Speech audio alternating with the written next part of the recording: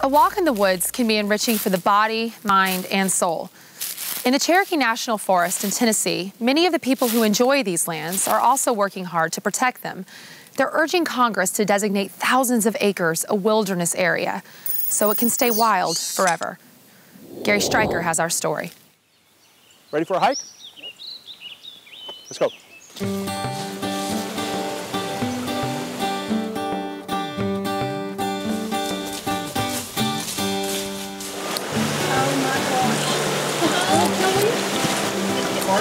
It's a good beginner hike. We get a lot of attendance here so people can come on up and get a flavor for this area and why it should be protected without having to expend a whole lot of energy. Jeff Hunter knows the plants, animals, sounds, and silence of Tennessee's Cherokee National Forest. This is a Fraser magnolia. We also have umbrella magnolias and striped maples and sourwoods.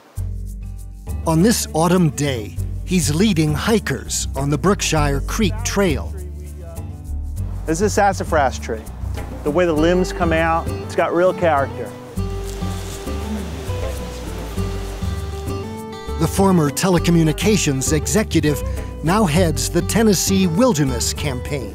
Here's another native plant. This is dog hobble.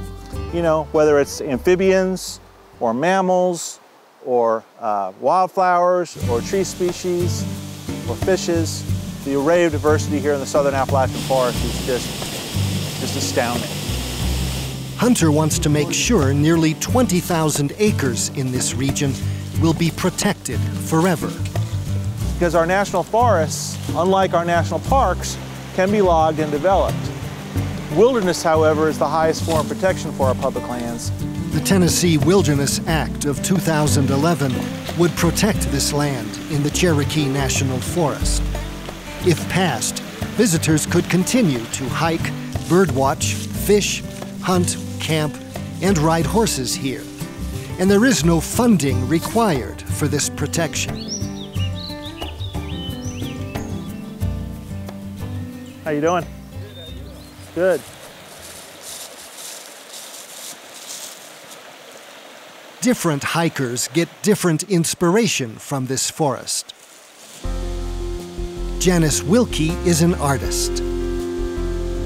I'm doing a whole series of paintings on Bald River Falls, and so this Bald River hike is especially meaningful to me to see the headwaters of the falls where I have never been here before.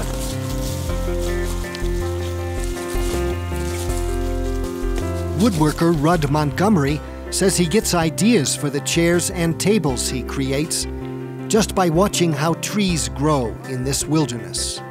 We need to save as much of this kind of land as we can, as much wilderness area as we can gain.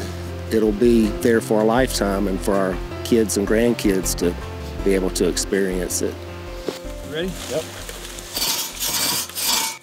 Anything that will take us off the trail, we remove. What we have here is a crosscut saw. This saw was made probably back in the 1800s. They don't make these anymore. These are called the saws that sing. When you get this thing going, you'll hear the saw going ying, ying, ying. For Jim Holland and Bill Hodge, this was also a work day. They give their time and their muscle to keep these paths clear for others to enjoy. All these trails are maintained by volunteers. Jim and Bill are a big part of that stewardship effort. We watch the Bald River flowing by us and think about most all these wilderness areas in these southern Appalachians are the source of clean water for millions of people downstream. And this is why this trail remains open right here. I can't think of anything I'd rather do than be doing this. It's sort of a second career for me. I'm a second-generation Marine. My dad taught me years ago that you should give something back. Another day further, it'll get you to the Great Smoky Mountain National Park. The people are great, and we've learned a lot. Veteran hikers and fly fishers Carol and Joe Policia explored this trail for the first time. I would say it's a sense of inner calm.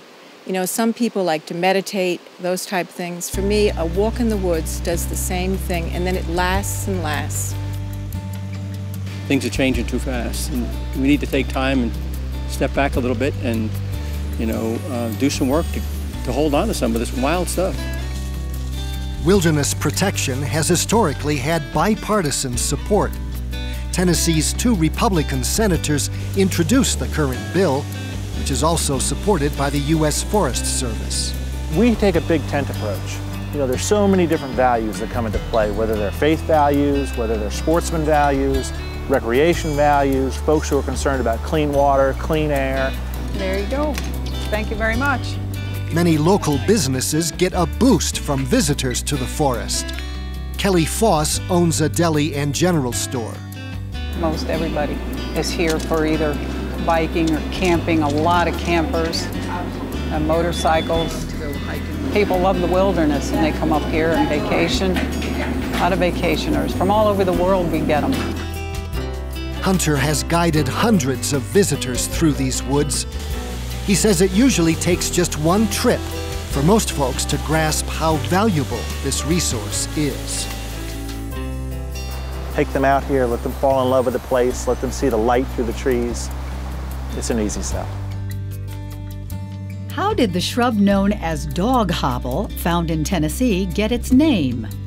Bear hunters nicknamed the plant. Bears can charge through the bushes, but dogs get stuck in it.